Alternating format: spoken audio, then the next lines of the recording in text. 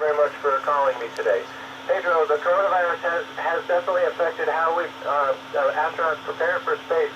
We have to maintain a safe distance with protection with a mask, and in the 2 months before launch, crew members go into quarantine or more strict protocols, and the last 3 weeks is very strict quarantine. Over.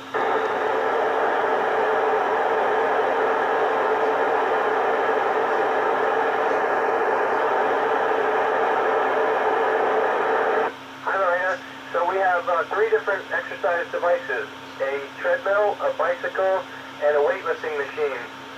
The weightlifting machine is actually air resistance in a vacuum cylinder that we can adjust the piston up and down and provide the resistance, and we can move the bar to accommodate leg exercises or upper body exercises, and that's how we keep our bones nice and strong. It's nice that we get our muscles toned, but really it's our bone health that we care a great deal about from this exercise. Over.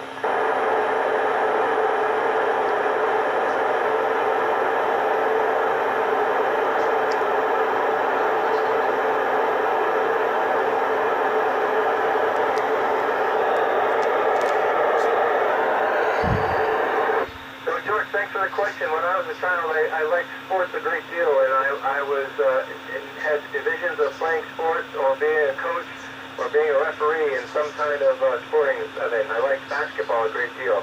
But as I grew older, I became more interested in math and science, and then ultimately an engineering degree in graduate school.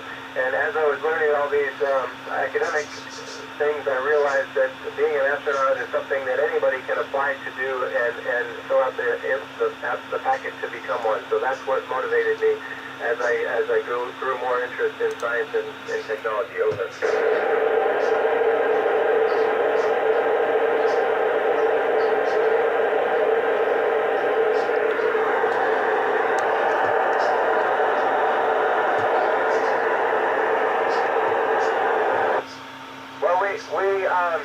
We do follow the news and we follow sports, and we can occasionally get on the internet, but we have daily news and daily sports broadcasts recorded and sent up to us. So this is how we follow along, especially when there's big sporting events going on.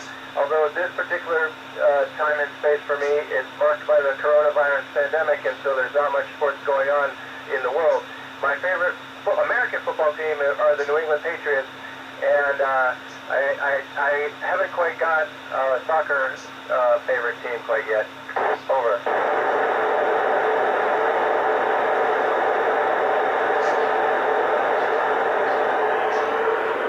Thank you.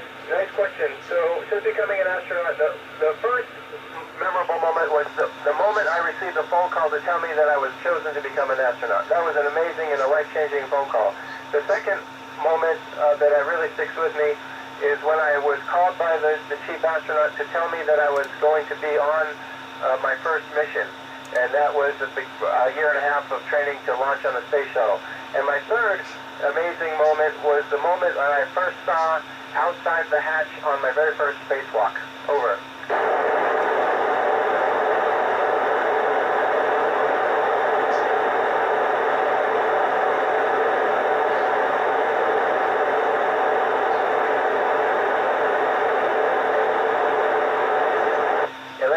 Easy one for us because we very much know our goals.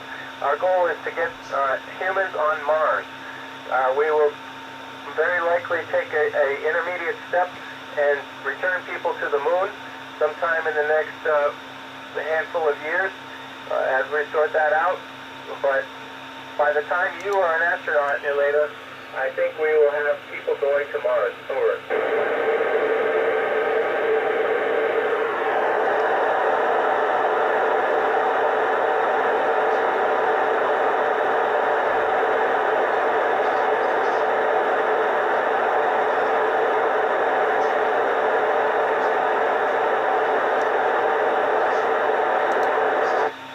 Inside the space station, it sounds a lot the same as what you're used to.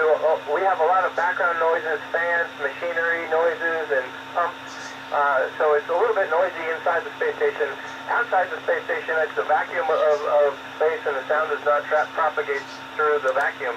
So there's really nothing to hear out there. Over.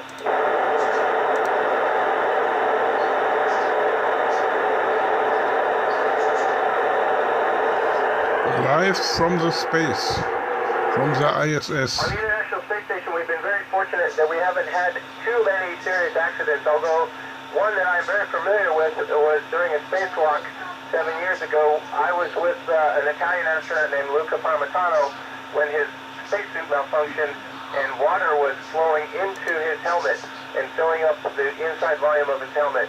We had to hurry up and get back in to get his helmet off. Over.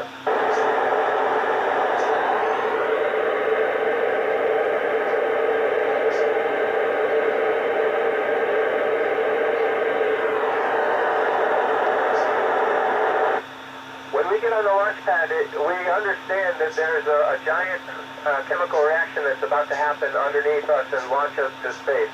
You don't feel the velocity, you feel the acceleration.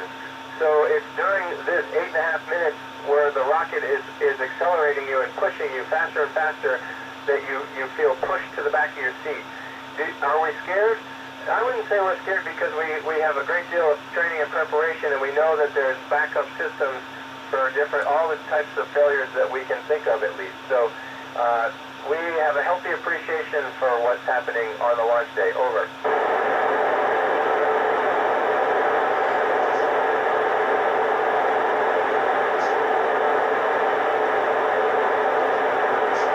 Madeline, when we get back to Earth after being gone for all this time, our bodies definitely have to get used to it. It takes several days to feel semi-normal, and it takes several weeks, probably like a month, to feel completely normal. In those first couple of days, we're not allowed to drive a car. We are very wobbly and need assistance with simple things like going downstairs or jumping across off a sidewalk onto a street. But those things come back very quick, pretty much after several days. Over.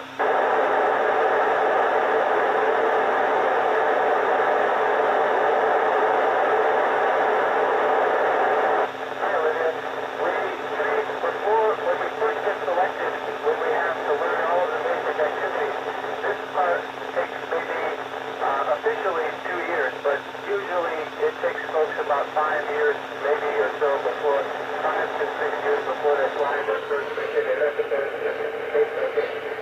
Once you get assigned to a particular mission, it's generally another 2 years of training before you're ready to launch and take off the space. So the ISS is out of range here. Delta Charlie 9 Delta Delta. End.